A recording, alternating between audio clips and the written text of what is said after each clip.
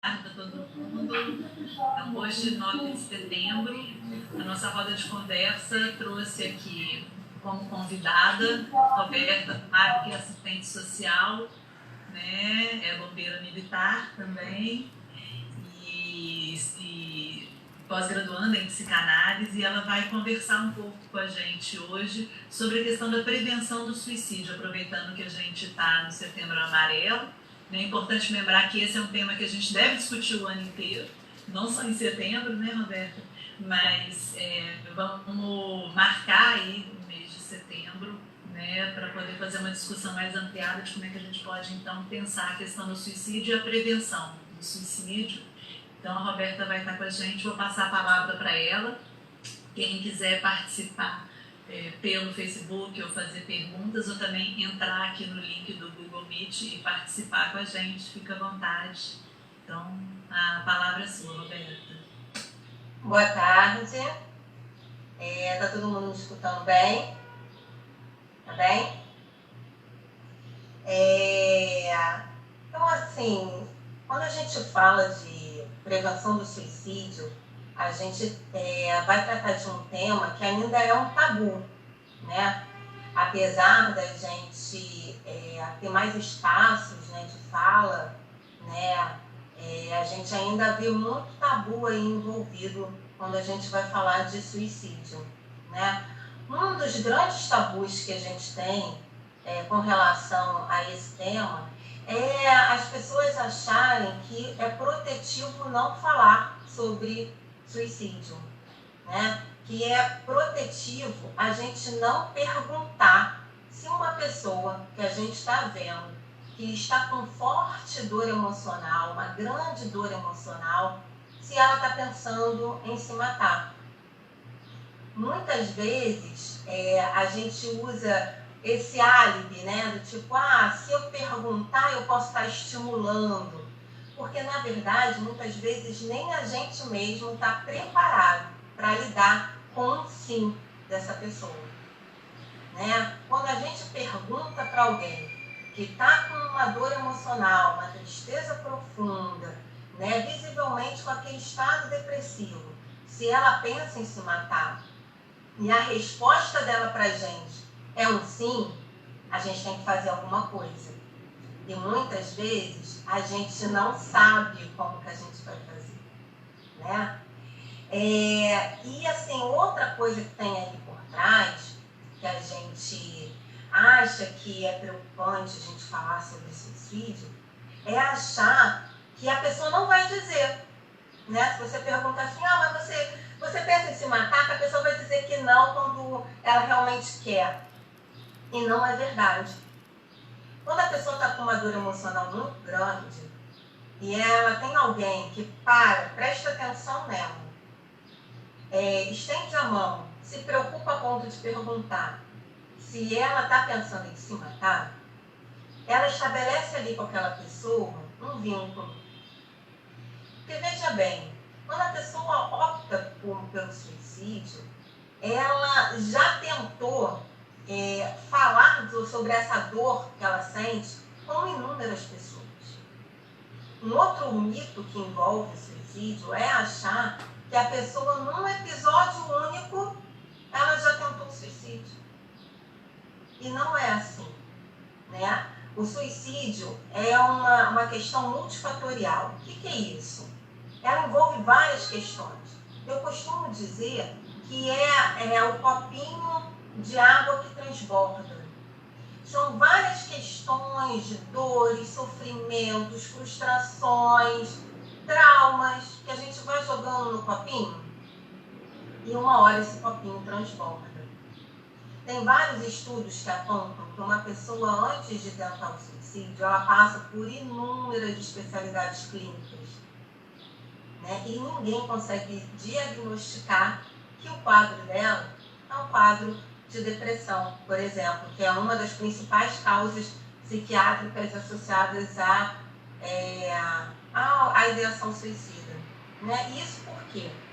Porque a gente não tem nenhum exame de imagem, exame de sangue, ressonância, não tem nada de exame clínico palpável, que você possa dizer, a partir desse exame, que a pessoa está com um quadro depressivo, por exemplo, ou que ela está com uma ideação suicida. Todas as avaliações são com base em sintomas, em sentimentos que a pessoa apresenta e que ela vai relatando para o médico, né, para o psicólogo, para o psicanalista, né, para o psiquiatra. E aí ele identifica, olha, esse seu quadro é de adoecimento X, Y ou Z. Essas dores emocionais, elas nem sempre são facilmente diagnosticáveis. Esses exames que a gente conhece, que a gente sempre já vem no senso comum pedindo, né? Ah, mas deu alteração no exame de sangue? Tem algum exame de imagem? Esquece isso, não é assim que se vai se diagnosticar uma questão de adoecimento emocional. E aí, a gente pega muitas famílias que não acreditam nesse adoecimento, né? Acham que é besteira, que é bobeira, que é frescura, que é falta de Deus. Essa falta de Deus, então, é muito comum a gente ouvir. E aí, eu vou fazer uma provocação. Todo mundo conhece, por exemplo, o padre Marcelo Rossi, né? Ou o padre Fábio de Mello, porque eles são bem populares, né? Eles são bem conhecidos. E os dois sofrem de depressão, declaradamente. Então, se eles são a personificação humana, né, de tudo que há de bom, da representação de Jesus Cristo, ou dos ensinamentos de Jesus Cristo na Terra, será que Deus está abandonando eles? Será mesmo que é falta de Deus? Por que a gente faz esse tipo de comparação?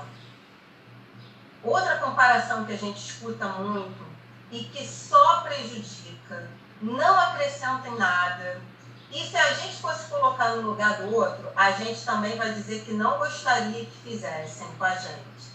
É comparar dor. Dor tem condições de ser comparada? Sinceramente. E a gente faz isso o tempo inteiro. Quer ver? A gente faz assim, ó. Mas fulano, você tá assim por quê? Você tem família, você tem amigos, você tem uma casa maravilhosa, você tem carro, você tem emprego. E então, se a pessoa for concursada, então, você é concursada pública, acabou, não tem mais problema nenhum na sua vida. Você tá com o seu futuro garantido. Você é um adulto, seus filhos já estão criados, encaminhados. Se é um jovem, poxa, os pais têm a tendência a comparar com a infância deles, né? E fazer assim, mas na minha época, eu não tinha nada, eu não tinha 1/3 do que você tem, e você está assim por quê? Né? Eu passei por tantas dificuldades e estou aqui, e você aí, né, um probleminha que você está enfrentando, você acha já que é um problemão? Calma aí, gente. Cada um tem um jeito de lidar. Por quê? Porque cada um vai vivenciar uma experiência diferente na vida. A gente acumula ao longo da nossa vida, da nossa trajetória, ferramentas que nos dão suporte emocional para lidar com os sofrimentos ou para não lidar. O fato do pai ou da mãe ter tido uma infância sofrida pode ter fortalecido eles para lidar com questões que hoje os filhos que de repente não experimentaram exatamente o mesmo tipo de vida não consigam lidar com coisas menores para os pais, que para eles é enorme. Outra coisa que a gente vê muito e que está muito associada à juventude hoje, eu escuto muitos responsáveis, né, muitos adultos fazendo essa analogia, que é cruel. É dizer o seguinte, bullying sempre teve, eu superei o bullying, meu filho tem mais que superar também, porque isso faz parte, só não tinha esse nome. Ok, a gente tem mais ou menos as mesmas práticas de bullying, mais ou menos. Mais ou menos por quê? A humilhação continua sendo do mesmo nível de severidade. A diferença é que, na minha época, e olha, eu estou com 37 anos, na minha época não tinha internet. Estava começando o celular quando eu estava no último ano do 2º grau. Tá? E era para poucas pessoas, porque nem todo mundo tinha dinheiro para ter celular. Então, assim, o bullying que acontecia na escola, ponto. Nem sempre os amigos da escola eram os mesmos amigos da rede de vizinhança. E aí, o que acontecia? Você podia ser humilhado na escola, mas quando você ia para casa, você tinha uma rede de amigos que era diferente. Outra, as famílias meio que moravam muito próximas nos bairros. Então, tinha muita convivência de primos, coisas que hoje em dia a gente quase não vê mais as famílias, porque a dinâmica de vida mudou. Então, assim, o jovem hoje ele não tem a mesma interação que tinha na minha época de adolescente. E aquele bullying que ficava na escola, e que quando chegava sábado e domingo, eu dava graças a Deus que eu estava em casa e não ia escutar nada. Nas minhas férias, eu não via ninguém. Muito mal encontrava quando morava alguém no mesmo bairro, encontrava em algum momento na rua, nas férias. Com os adolescentes hoje, o bullying está sendo presencial na sala e, ao mesmo tempo, no digital. Porque todo jovem tem um celular. E todos os jovens têm grupo de WhatsApp. Então, esse bullying, ele também contribui grandemente para que esse adolescente se sinta tão fragilizado emocionalmente que ele pode, sim, achar que a única solução para lidar com essa dor dele seja o suicídio. Tem outras questões aí. A gente junta essa falta de amadurecimento para lidar com esse sofrimento, com esses estresses, com a perda de pertença. Sabe o que é pertença? É você fazer parte de um grupo. E quem não quer fazer parte de um grupo? Né? Nós adultos queremos ser aceitos em um grupo, seja ele qual for. O ser humano ele não nasceu para viver isolado. A gente vê isso agora com a pandemia. Nós adultos não estamos sabendo lidar direito com esse isolamento. Imagina um jovem que tem aí contra ele essa questão da impulsividade, do imediatismo, que é característico da juventude, né? Associado com essa ausência de maturidade emocional para lidar com perdas, para lidar com frustrações, para lidar com fracassos. E vamos combinar, nem nós adultos sabemos lidar com fracasso. Né? A gente se cobra para ser o melhor em tudo. Né? Então, quando a gente fracassa, por menor que seja, é difícil para a gente. Imagina para um adolescente, né? Para um jovem. Então, quando a gente pega um adulto comparando dor, comparando sofrimento, não tem como esse jovem se abrir por essa dor. O que eu tenho observado muitas vezes nesses grupos de jovens que eu acabo tendo contato, é eles dando suporte para eles mesmos. E isso é muito preocupante. Não porque não seja bom eles terem amizade, não é isso. A amizade é importante, é isso que está sustentando eles. Mas não confiar num adulto me preocupa. Né? Como é que eles não conseguem enxergar no adulto uma pessoa que eles podem pedir ajuda? Porque a fala recorrente do jovem para que eu vou dizer? Não adianta nada. Né? E aí? Por que não adianta nada? Né? Onde que a gente está falhando? E aí eu me incluo nessa enquanto adulto. Né? Onde a gente está falhando? O que a gente pode melhorar nisso? Né? Quantas vezes a gente está envolvido nessa correria do dia a dia, né? Porque essa vida corrida, ela pegou a todos nós. Pegou os jovens, pegou os adultos, né? e pegou os nossos idosos também. Né? Eu vou falar um pouquinho dos idosos também, porque muitas famílias têm idosos nas suas residências. Né? Ele muitas vezes, essa correria, ela faz com que a gente pergunte, oi, tudo bem? Mas não queira, na verdade, saber se está tudo mal, né? Quando a gente pergunta assim, oi, tudo bem? A gente já espera a resposta imediata, né? A resposta padrão, tudo bem, ainda que esteja tudo mal. Porque a gente está com um tempo tão corrido que muitas vezes a gente não tem 5 minutos para dar atenção ao outro. E aí, quando a gente olha, a gente se depara com a notícia de um vizinho que tentou se matar, ou de um parente que se suicidou, ou de um colega de trabalho que a gente tinha conversado com ele naquele dia e não tinha percebido nada, que do nada ele se matou. E não foi do nada. A gente dá inúmeros sinais de mudança de comportamento. N sinais. Só que muitas vezes a correria do dia a dia e o nosso individualismo, né, a necessidade de dar conta igual um povo de 10 coisas ao mesmo tempo, impede que a gente enxergue. Às vezes a gente enxerga, mas aí entra naquele detalhe lá no início, quando eu comecei, mas será que se eu perguntar e a resposta for sim, eu faço o quê? Então, muitas vezes a gente tem uma dificuldade nossa de lidar com a questão. E aí, por ter dificuldade de lidar com a questão, a gente deixa, às vezes, de ofertar ajuda. Só que, assim, a gente não precisa ser um psicólogo, um psiquiatra, ou um médico, ou um psicanalista, para a gente ofertar o nosso ouvido. Está aí o CVV, não sei se vocês já ouviram falar, que é o Centro de Valorização da Vida. É uma instituição que trabalha com voluntários há mais de 50 anos e que funciona 24 horas por dia, por telefone e por chat.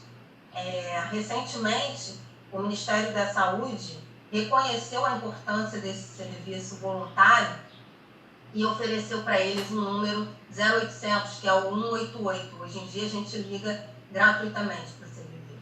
E até bem pouco tempo pagava o curso telefônico. E aí o que acontecia? Às vezes as pessoas não conseguiam falar no CVV porque não tinham dinheiro para pagar o curso telefônico. Porque a gente, a cada dia mais, a gente tem necessidade de falar. E muitas vezes uma ligação feita para o CVV bota um voluntário na linha com aquela pessoa por mais de 1 hora. Às vezes 1h30, 2 horas no telefone. E só ofertando o ouvido, né? A escuta. E quantas pessoas desistiram de cometer suicídio porque tiveram alguém que escutaram elas em algum momento? É disso que eu estou falando, né? A gente precisa ofertar mais os nossos ouvidos para escutar. Não há demérito nenhum você chegar para a pessoa depois e falar, olha, eu vou junto com você num local para você buscar essa ajuda, porque eu só consigo estender a minha mão e dar a mão a você e ir junto. Isso é muito do que muita gente tem deixado de fazer. Então, assim, quando a gente está num problema, a gente quer alguém, às vezes, só para ouvir o nosso problema. E é isso. Quando a pessoa está com um sofrimento muito grande, ela não consegue pensar na saída. Imagina um cordão que a gente guarda na caixinha, e aí quando a gente pega, aquela caixinha ficou sacudindo, quando a gente pega, ele está cheio de nó. Vocês já viram a dificuldade que é soltar um cordão todo cheio de nó? Mas com paciência, o que a gente faz? A gente consegue, né? A gente vai aos pouquinhos, puxa um lado, puxa o outro, faz, tira uma volta aqui, uma volta ali, e aquele cordão fica uma linha reta novamente. É assim que funciona a cabeça de uma pessoa com grande dor emocional. Ela tem um emaranhado que ela não consegue sozinha desfazer esse nó. Ela precisa de suporte. E são vários suportes. Suporte. Roberta, posso te fazer uma pergunta? Pode. Fazer? Pode. E você trouxe uma coisa que eu acho que é preciosa para a gente pensar também aqui no NASP, né? Somos profissionais do NASP, a gente trabalha na atenção primária e a gente trabalha muito com a comunidade, com a população dos bairros.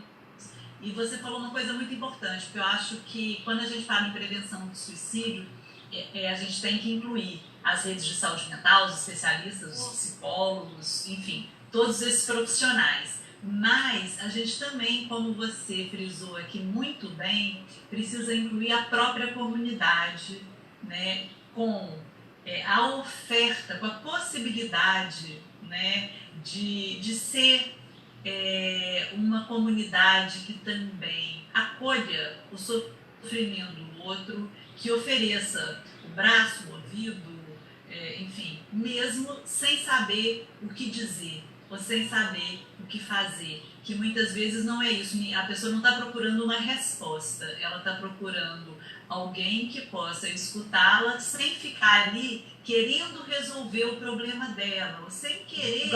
né? Exato, sem fazer julgamento de valor, se aquele sofrimento é válido ou não é, né? Se aquele sofrimento é menor ou maior, ou se o que é que está causando aquilo, né? Então, eu acho que você traz uma coisa que é preciosa para a gente pensar hoje, né? Também dividir com as pessoas, que é isso.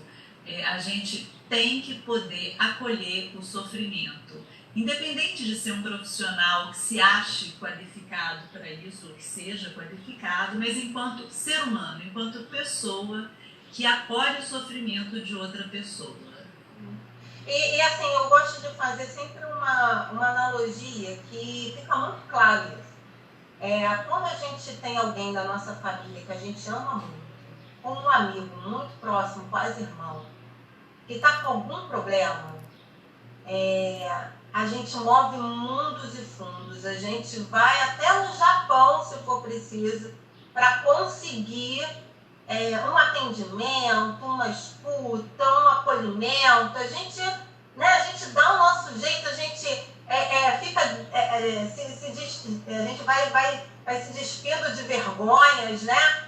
Entra em contato com pessoas que às vezes você nem fala há anos, mas você sabe que aquela pessoa um dia trabalhou num lugar X e que pode ser que ela ainda tenha contato de alguém. Por que a gente tem tanta força, né, para ajudar aquela pessoa que é nosso amor, né? A gente tem um carinho muito grande.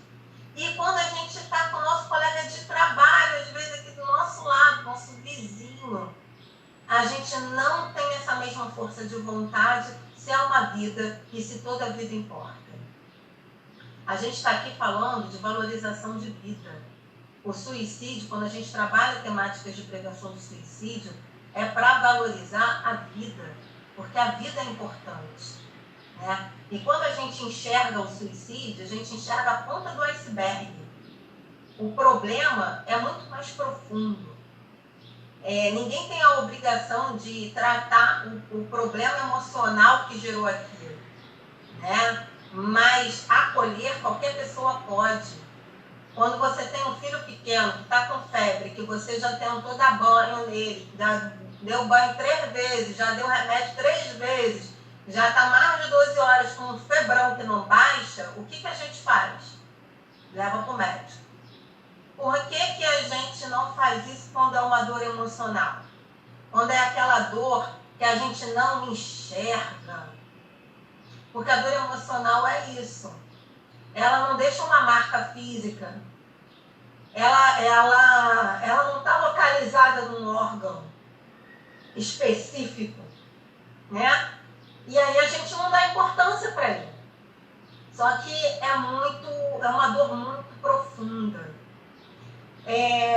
Quando você pergunta para pessoas que estão com um grande adoecimento emocional, e o que elas estão sentindo, elas falam assim, é um vazio no peito, aqui, ó, é um vazio. E é um vazio mesmo. Que a pessoa tenta colocar um monte de coisa ali para preencher aquele vazio, mas não vai preencher, porque ela tem outras questões de ordem emocional para ela tratar. E quando ela busca ajuda, né? Ela toma coragem e pede auxílio de alguém. E ela escuta desse alguém que aquele problema dela tem pouca importância ou nenhuma, e começa a comparar ela com outras pessoas e com outras situações, porque desgraça, todo mundo tem uma pior para contar, né? A pessoa vai se fechar, gente, porque a gente faria isso. Quantas vezes a gente já não teve situações em que você tentou falar alguma coisa que aconteceu com você, que te deixou chateado, e aí a pessoa não te deu lá muita importância, você voltou a falar? Eu não voltaria a falar. Vou falar pra quê? A pessoa não me dá atenção mesmo? É chover no molhado. Aí a gente tem um monte de jovem que não acredita mais nos adultos. Ele não vai falar, porque ele fala, eles não me entendem, eu vou falar pra quê? Não adianta falar. Né? E aí, assim, vou fazer só um parêntese rápido aí com a questão dos idosos, porque os sinais de alerta são os mesmos para qualquer pessoa que esteja em adoecimento emocional. Mas eu acho importante fazer chamar atenção aqui para a questão dos idosos, porque a gente acaba negligenciando um pouco, e a gente está com uma população que está envelhecendo, né? E a nossa população que está envelhecendo, ela vem junto com várias doenças crônicas degenerativas que aprofundam mais esse sentimento de finitude do idoso. Né? E a gente também vê muitos jovens, assim, na ânsia de cuidar dos idosos, tratar os idosos como filhos e eles como pais. E essa inversão de papéis, muitas vezes ela não ocorre de forma carinhosa, ela muitas vezes ocorre de uma forma meio imposta. E isso para o idoso é muito complicado, porque ele perde autonomia, né? Ele perde a individualidade, ele já sabe que ele está precisando do auxílio de terceiros para fazer um monte de coisa que ele podia fazer antes, sem a ajuda de ninguém. E aí ele se sentir tratado como uma criancinha é muito ruim, é igual a gente, né? Quando o nosso pai, a nossa mãe trata a gente como criancinha, a gente já com idade, a gente acha a mesma coisa, né? A gente fala, pô, caramba, eu já cresci, tá me tratando igual criancinha. E a gente tem essa tendência a fazer esse papel inverso. E o idoso ainda tem que lidar com outras questões que aprofundam mais essa dor emocional. Ele está perdendo parentes, ele está perdendo irmãos, ele está perdendo amigos de infância. A rede de relacionamentos dele está diminuindo a cada dia. Então é importante a gente ter esse olhar cuidadoso com os idosos, tá? Porque eles também são outro extremo que desenvolve grande ideação suicida, tá? E aí o que a gente pode pegar assim de alerta, né? Pô, então vamos lá, Roberto, quais sinais eu tenho que ficar mais atento? Eu falei, né? A gente só vê a ponta do iceberg, que é quando a tentativa de suicídio ocorreu ou o suicídio consumado. Mas várias coisas vão alterando, quer ver? A pessoa vai deixando de fazer atividades que em outro momento geravam prazer nela, ela começa a negar isso. Então vamos lá, uma pessoa que gostava de jogar futebol sempre, todo final de semana ia jogar futebol, do nada começa assim, não vou nunca fim não, acho que eu não vou não, não quero, ou costumava, sei lá, ir correr, né? Fazer uma corrida. Não quero mais não. Mas você fala até assim, poxa, caramba, já tá com algum problema, né? Porque fulano não perdia uma corrida, agora tá perdendo todas. Não, isso é um sinal de alerta, né?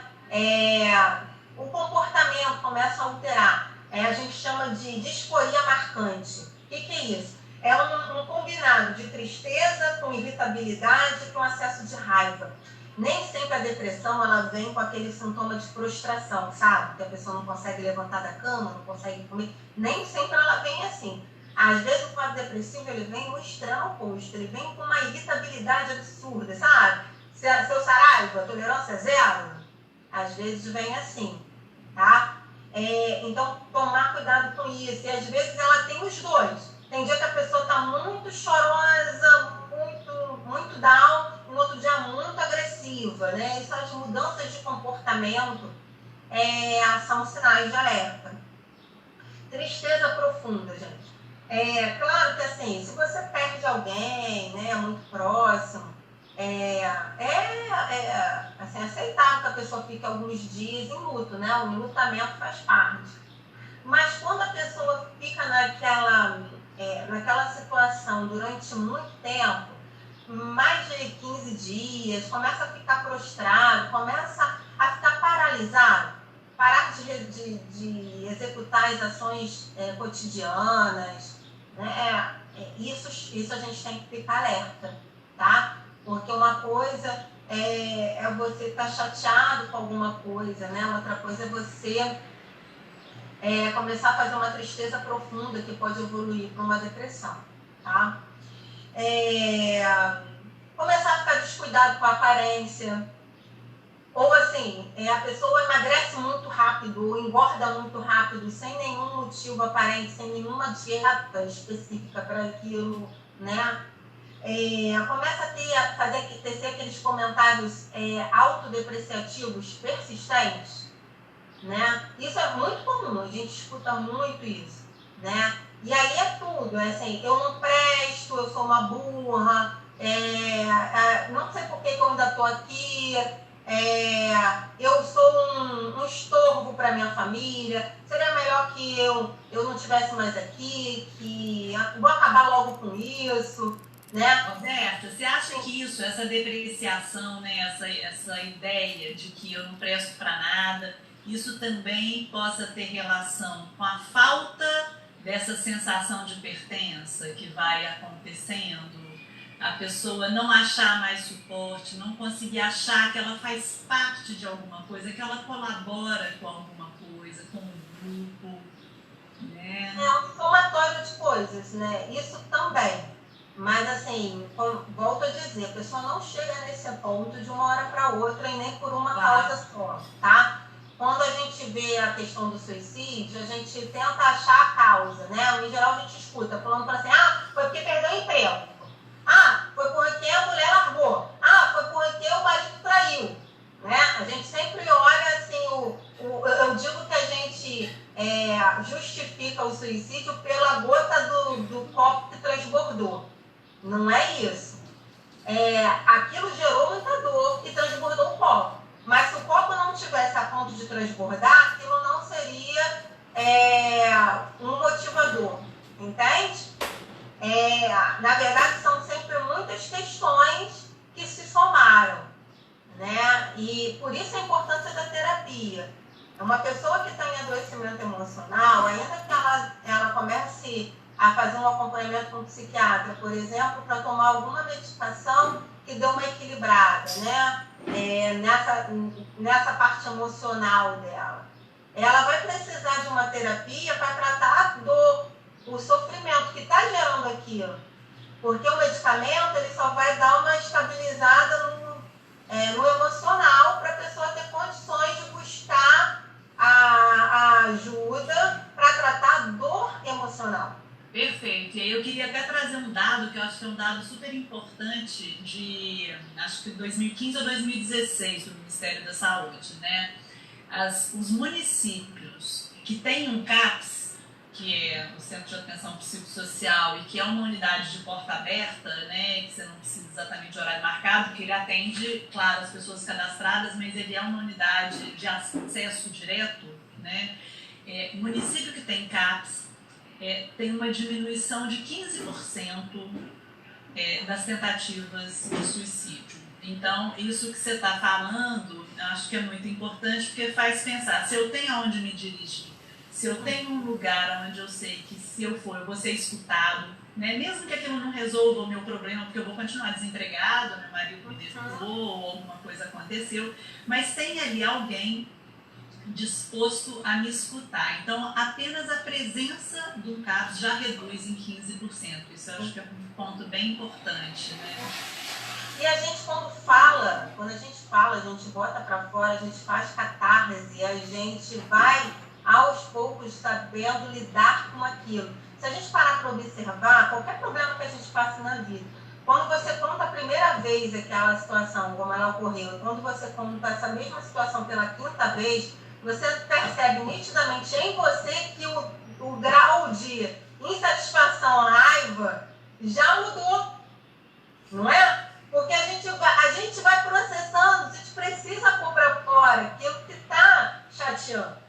Então, assim, não falar não é protetivo, né? O protetivo é falar. Então, se você tem como ofertar a escuta, veja que a gente tem 2 ouvidos, né? Dá para a gente ofertar bastante a escuta. E aí eu gosto de usar escuta, não gosto de escutar, de usar o ouvir, não. Eu até, quando faço palestras, eu faço essa brincadeira, eu pergunto para a plateia, né, assim, existe diferença entre ouvir e escutar? E aí as pessoas ficam refletindo, né, sobre, e aí eu explico. Por que eu faço essa diferença? Porque ouvir, qualquer pessoa que não tenha problema, né, auditivo, vai ouvir, né? Agora, escutar demanda você dar atenção, né? E aí é que tá, né? A gente tem dado atenção ou a gente só tem ouvido as coisas, né? Nessa nossa dinâmica do dia a dia, a gente ouve muito, mas escuta pouco, né? Porque quando a gente escuta, a gente tem que dar atenção, né? E aí eu faço essa brincadeira para a gente ver a diferença, né? E é importante escutar, ofertar o nosso ouvido para a escuta. Qualquer um pode fazer, né? Quando eu trouxe a história do CVV, era para falar que assim, o CVV ele é composto por voluntários que não tem obrigação de ter nenhuma formação na área da saúde mental, né? A gente tem no CVV donas de casa. Então, assim, tem engenheiros, né? Tem professores, tem psicólogos também, tem assistentes sociais também, né? E aí eu faço uma provocação, porque aí falando um pouquinho da minha área, né? Que eu sou assistente social, e muitas vezes eu vejo muita resistência profissional para lidar com essas questões, né? E aí, qual é a provocação que eu faço? Quando a gente está ali com um cidadão ou usuário, né, como a gente costuma falar, né, no nosso linguajar profissional, e ele fala para a gente assim, eu estou pensando em me matar. O que a gente faz? Enquanto profissional, a gente diz o quê? Não vem falar isso para mim não, para você resolver? Ou a gente vai ter que saber, pelo menos, acolher, porque é da profissão o acolhimento e a escuta humanizada. Está lá no nosso código de ética. Como é que eu não vou ofertar o acolhimento e a escuta humanizada? O acolhimento, a escuta qualificada. Como é que eu posso não ofertar isso? E é uma questão que perpassa todos os profissionais da saúde. Acho que você está certíssimo. Ontem, numa outra roda de conversa, que também falava sobre o suicídio, né, eu escutei uma colega que trabalha no hospital geral, né, e aí ela falou, eu estava no politrauma e chegou uma pessoa com a fala de que tinha sido atropelada, né? Então, chegou lá, a pessoa atropelada, e eu fui abordar, ela é psicóloga e trabalha no hospital geral, e ela falou, eu fui abordar e eu vi que a pessoa não estava bem, e perguntei aí, como é que você está? E a pessoa disse, não, eu estou bem. E aí ela disse, mas tá tudo bem mesmo? E a pessoa disse, tá tudo bem. Aí ela falou, bem, eu estou te perguntando, porque assim, se você me disser que você, né, foi acidentalmente atropelado, tudo, acho que é isso, né? A gente vai te dar suporte aqui, vamos então cuidar, você já está sendo tratado. Mas se você me disser que não foi exatamente isso que aconteceu, né? Se você tiver ficado na frente do carro ou se jogado na frente do carro, aí eu estou aqui para estar com você e aí eu acho que a gente pode fazer outro tipo de atendimento, né? Aí eu vou retornar aqui, você vai ter um atendimento, mas eu vou retornar para a gente conversar. E aí que a pessoa disse, não, eu preciso conversar, eu realmente preciso conversar. Né? Então, assim, é dar a oportunidade da pessoa poder também se sentir, então, acolhido e dizer dessa dor, exato, desse momento. E criar um vínculo, você vê, quando você pergunta, a pessoa responde. Exato. Né? Então, é muito mais um receio nosso de perguntar e de se comprometer do que achar de fato que a pessoa não vai dizer. Quando a gente, eu costumo dizer que assim, esse tipo de temática, né, o suicídio, assim como a violência, é típico tema que a gente é pego, né, de assalto, vamos dizer assim, né?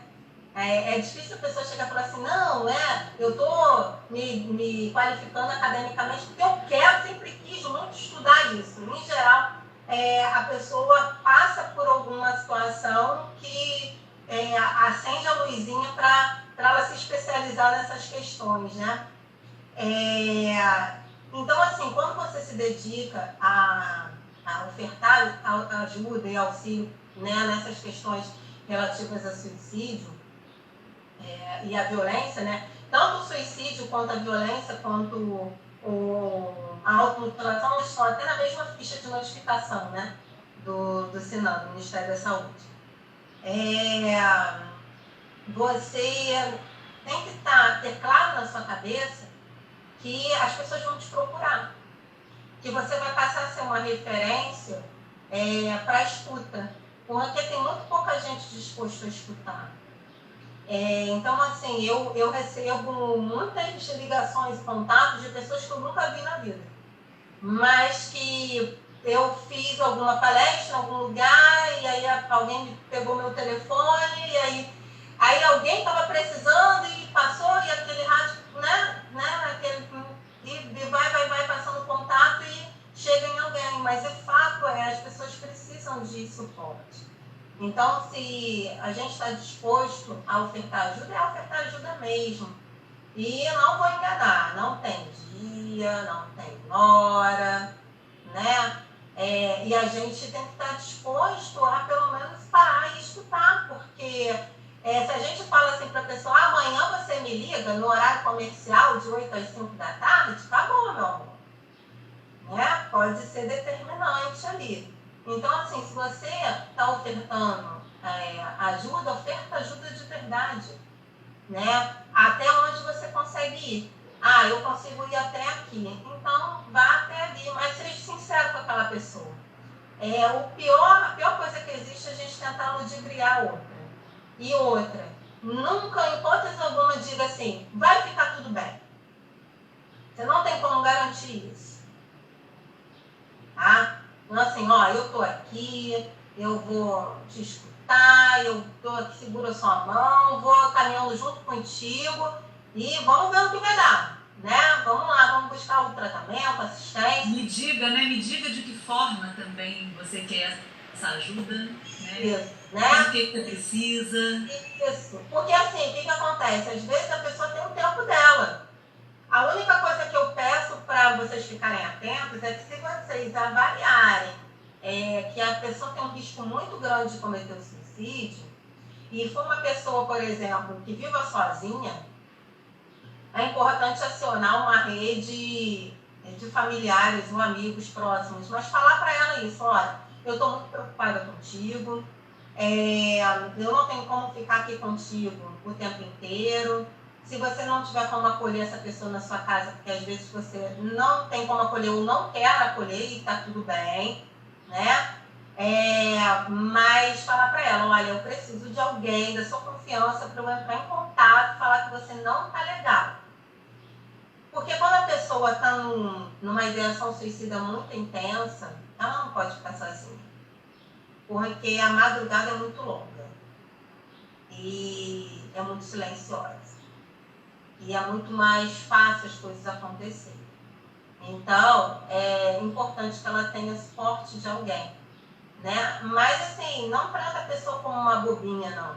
Conversa com ela, né? Mostra que você está preocupado, que você se importa com ela. Quando você mostra que você tem preocupação, você mostra que você se importa com ela. Isso já faz uma diferença enorme. Quando a gente está com qualquer sofrimento, qualquer dor, se você comenta com alguém que você não está legal, isso de manhã, no final do dia você recebe a ligação dessa pessoa perguntando, e aí, como é que você tá? Você melhorou? Pô, a gente não se sente bem pra caramba. Poxa, fulano ligou pra mim, eu só comentei que eu não tava legal, a gente já se sente melhor. Ele se importa comigo, né? Ele importa. pensou em mim Tem e ele lembrou. que se importa comigo, eu não estou só nesse mundo, né? Isso é importante. Uma das coisas que vocês me pediram também para falar um pouco é como que a rede, por exemplo, podia contribuir, né? E aí, assim, o que eu pensei aqui é que funciona. Vocês já estão fazendo, né, um pouco, que é essa questão dos espaços de valorização da vida, né? A gente está se adaptando a esse novo normal, que é a utilização da tecnologia, né? Claro, tentando aqui utilizar a nosso favor e transmitindo e tentando divulgar bastante esse diálogo, né? Então é importante a gente criar esses espaços, né, de valorização, fazer alguns grupos, né? Eu chamo de grupos de escutatória, que é para poder escutar mesmo, né? A gente escuta mais do que a gente fala, porque as pessoas têm necessidade de falar, e às vezes num grupo, um quando fala, dá a coragem do outro falar também, né? E quando são espaços assim, onde a pessoa não se sente intimidado, nem julgado, né? Onde o preconceito está deixado de lado, é mais fácil para a pessoa se abrir, né? Eu falo que é uma panela de pressão, sabe? Sabe a panela de pressão com bico entupido? Qual é a tendência? Ela explodir, né? E aí, quando ela explode, faz uma sujeirada danada, danifica até o fogão. É assim quando a pessoa tenta suicídio, né? Ela tá com o bico dela, da panela de pressão, entupido. Quando a gente proporciona esses espaços de escuta, a gente limpa essa válvula, né? E aí, aquela pressão, ela sai, né? Pelaquela válvula. Então, a probabilidade daquilo ali, daquela panela explodir, ela diminui consideravelmente. Então, criar esses espaços, né, de valorização é bastante importante. Uma dica aqui para os responsáveis, né? Se preocupar, né, em saber quais são as preferências dos filhos, né? Dos filhos de coração, dos netos, sobrinhos, né? Quem quer que a gente tenha na nossa casa frequentemente, que a gente cuide, né? Porque quando a gente se preocupa em saber quais são as preferências deles, o que eles estão assistindo, o que eles estão vendo, né? Quem são os ídolos deles, a gente mostra que a gente se preocupa. Tem muitos jovens que acabam seguindo aí alguns ídolos, né, que fazem muita apologia ao suicídio. E aí eles têm a mesma idade, né? E aí a referência fica muito mais forte do que esse responsável que ele não confia mais, que ele não vai mais falar. Então, a gente tem que tomar cuidado, porque no Facebook, por exemplo, a gente tem grupos fechados, que a gente não consegue achar nem por busca, porque é fechado, né? Não é nem privado. O privado ainda aparece, você não consegue acessar, mas aparece. O fechado, você nem vê, nem enxerga se você não tiver convite. E são nesses grupos fechados que muitas coisas acontecem. E ali são jovens falando para jovens e dizendo, não escuta aquele adulto não, porque quem sabe sou eu, né? Eu sou igual a você, né? Nós nos conhecemos, porque nós fazemos parte dessa mesma pertença de grupo. Então nós sabemos. E esse é um ponto muito importante para alertar os pais que ficam tão preocupados, e é isso, né? Os jovens têm interesses diferentes dos interesses dos pais, mas a gente se aproximar e a gente tentar entender que são gerações diferentes, que vão ter interesses diferentes, mas que a gente pode conviver, pode olhar para isso, mesmo que a gente não goste, né? Mas a gente precisa estar próximo e dizer para ele, é isso, você gosta disso, né? E eu me preocupo, né? Eu posso conviver com isso também, e eu quero estar próximo, né? Esse diálogo, poder fazer esse diálogo, com certeza, é uma prevenção muito importante. Sim. Né? E perceber que ele pode conversar. Sim, e vou dar uma dica aí para os responsáveis das crianças, né? Essa primeira infância. É nessa fase que a gente cria vínculo, tá? Não é na adolescência, não. Na adolescência, é a efetivação do vínculo criado na infância. O momento de criar vínculos fortes com os nossos filhos é na infância. É na infância que você mostra para eles que eles podem contar com você, independente do que ocorrer. Não quer dizer que a gente vai passar a mão na cabeça se o adolescente fizer alguma coisa errada, não é isso. Mas que eles possam ver no adulto, no responsável, alguém que eles possam pedir socorro se alguma coisa sair errada, ainda que saiba que vai levar uma chamada, né, um puxão de orelha. Porque a internet, eu não vou fazer uma apologia dizendo que a internet é ruim, não, porque não é. Né? Eu acho que ela traz muitos benefícios. Mas, assim, a tecnologia ela só vai expandir, ela não tem como retroceder mais. E algumas coisas que já ocorriam na minha adolescência, que não tinha tecnologia, não tinha informática, hoje ela tem uma expansão sem fronteiras. Você consegue criar uma amizade em 2 segundos com alguém da Austrália. Então, esses grupos, por exemplo, tem jovens mundialmente falando. Então, assim, não tem como a gente competir com o nível local. O local não existe mais.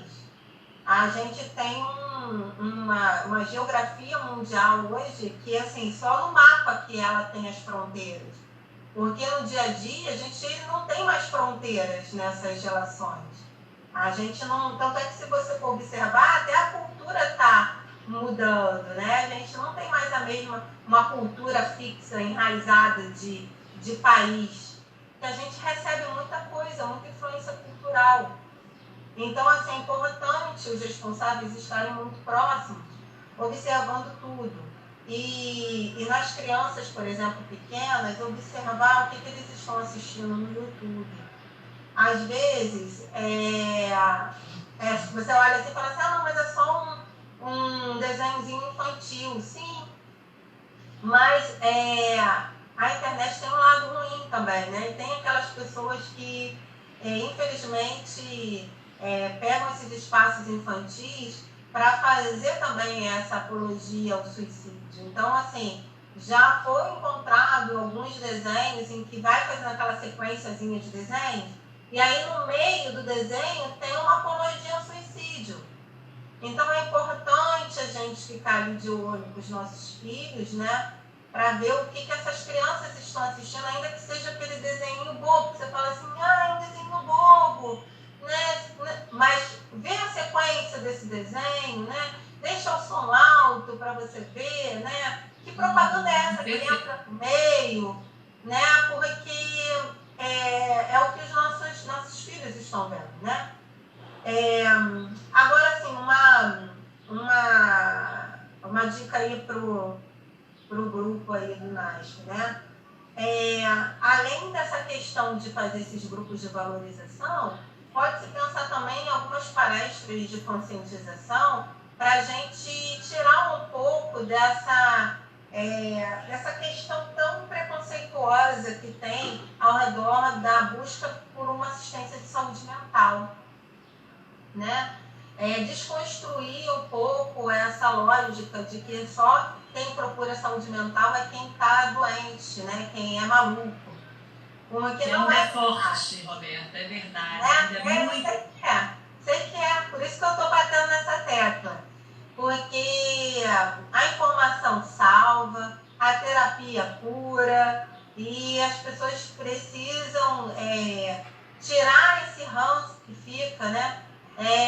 De que só procura psicólogo, psiquiatra, psicanalista, quem é maluco, porque não é verdade, né? Procura esses profissionais quem está com dor emocional.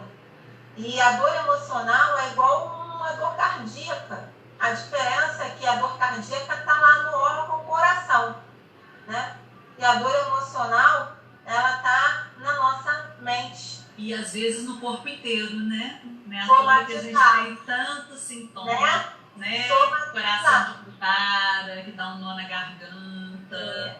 E somatiza, né? E somatiza realmente, assim, somatiza às vezes fisicamente. Com uma hipertensão que não controla, uma diabetes né? Que a pessoa fala assim, diabetes de fundo emocional, né? O que está acontecendo, né? Que dor emocional é essa que tu está escondendo lá na tua caixinha que está te gerando isso, né? Porque se curar isso, cura a diabetes também, né? Então, são essas coisas que a gente precisa, esses pontos que a gente precisa estar falando. É igual aquele ditado, né? Água mole em pedra dura, tanto bate até que cura. A gente vai tentando, né? Tudo que mexe com o cultural, a gente não consegue mudar de um dia para o outro, mas a gente vai insistindo. Eu, como uma insistente social, né? Às vezes o assistente social é insistente social. Eu, como uma boa insistente social, vou continuar insistindo nisso, né?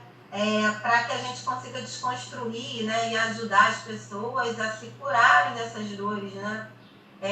Que afetam não só a pessoa, mas como a família inteira, porque não é só a pessoa que está em dor emocional que sofre. A família inteira ao redor sofre também. E quando acaba se configurando um suicídio consumado, por exemplo, isso gera um sofrimento na família, nos amigos, que a gente não tem como mensurar a proporção. Um dos mitos que tem aí envolvidos no suicídio é que ele é hereditário. Isso não é verdade, tá? Não existe uma hereditariedade nos atos suicidas, mas existe muita culpa dos familiares e amigos envolvidos, muitas vezes porque não conseguem observar essas mudanças de comportamento. E aí essa culpa que consome pode ser responsável por mais à frente esse familiar ou esse amigo também vir a tentar o suicídio por não saber lidar com esse sofrimento.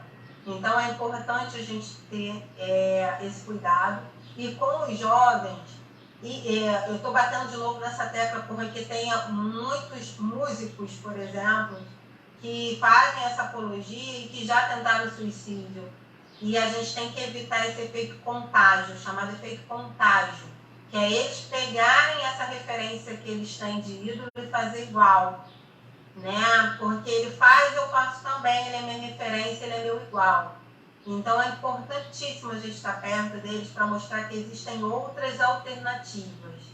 Quando uma pessoa pensa no suicídio, ela quer acabar com a dor. Ela não quer acabar com a vida, ela quer acabar com a dor.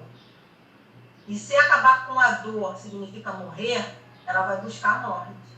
Mas se ela puder solucionar a dor dela de outra forma, ela vai buscar outra forma. Mas muitas vezes ela não consegue enxergar. Lembra que eu falei que é um emaranhado? Como é que ela desfaz esse nó? Ela não consegue ver o outro lado. Às vezes ela está a um passo, né, da porta de saída, mas ela está de cara com a parede, né? Ela não vai dar uma meia volta para ela enxergar que a porta está aqui do lado. Ela está olhando só aqui, ela só enxerga aqui. Ela não está vendo que a saída está aqui desse lado. Mas a escuta acolhedora pode ser esse cutucão, né? Que pode. Essa escuta acolhedora pode chamar ela aqui e falar assim, vira aqui, vira aqui, vira aqui. Aí tu vira, aqui, dá a mão, vem. É isso, né? E escutar é importante por isso, né? Que às vezes a pessoa só está precisando disso, né? Dessa mão, né? Dessa pessoa gritando para ela assim, vem que eu tô aqui. E ela sair dessa, né? Eu queria a gente já tá, assim, já são 5h10, a gente já tá... Olha, falo demais, você não pode começar a falar. E aí a gente já tá no final, mas eu queria dizer, assim, que aqui no município de Búzios, né, como é que está funcionando isso, né? A gente tem um CAPS, ele funciona de portas abertas, né? As pessoas, quando acontece, né, alguma tentativa de suicídio e a pessoa é encaminhada ao hospital municipal, né? A equipe do CAPS é acionada, essa pessoa pode ir, ela é atendida no hospital, né? E ela é imediatamente encaminhada ao CAPS, que faz esse primeiro atendimento. Isso não significa que ela vai ter continuidade de atendimento lá, mas a gente sabe que o ambulatório funciona de outra maneira, você tem que ter hora marcada com o psicólogo, com o psiquiatra. Então, aqui no município funciona desse jeito. A pessoa tem essa primeira escuta no CAPS, vai ter lá um profissional da atenção psicossocial, seja ele um psicólogo, um enfermeiro, um assistente social, um terapeuta ocupacional, vai ter alguém que vai receber essa pessoa, vai escutar, vai dar esse primeiro atendimento e ele vai ali começar um acompanhamento, então, para esse sofrimento. E aí lá é que isso vai ser negociado, vai ser visto, o que mais ele precisa, né? É de acompanhamento psicológico, ele também precisa de um psiquiatra, o que esse indivíduo precisa para cuidar de si e desse sofrimento. Então, acho que é importante deixar esse recado para as pessoas, né? E se a pessoa não tentou nada, mas a família está preocupada, né? Eu acho que é procurar conversar, primeiro na unidade de saúde, né? Buscar essa intermediação. A gente que é do NASF é acionado também pela unidade de saúde, a gente pode estar junto ajudando a pensar, a fazer essa primeira escuta, esse primeiro acolhimento e aí evitar, dessa forma tentar evitar que essa pessoa precise, né, tentar fazer uma tentativa de suicídio, né? Que ela possa, junto com a gente, encontrar outras formas de dar vazão a esse sofrimento, né? E de cuidar disso. Com certeza, isso é essencial. Olha só, deixa eu só falar aqui com o pessoal. Ó, tem essas cartilhas aqui que eu já mandei, elas estão digital, tá em formato digital. Mandei para a equipe. Isso. Então, se alguém quiser, pode pedir para a equipe ou pode pedir para mim também. É fácil me achar também lá no Face, é só me chamar pelo Messenger que eu mando também, tá? São cartilhas gratuitas, tá em formato digital, tá? Então é só para aumentar o nosso conhecimento aí. Eu não sei se a gente consegue disponibilizar essas cartilhas na mensagem do Facebook, mas quem quiser pode solicitar pelo Messenger que a gente tem.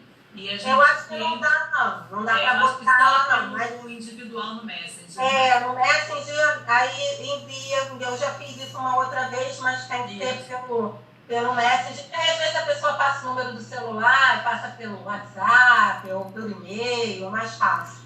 Isso. Mas a intenção é essa, a gente informar, né? Porque a informação é o que salva, né?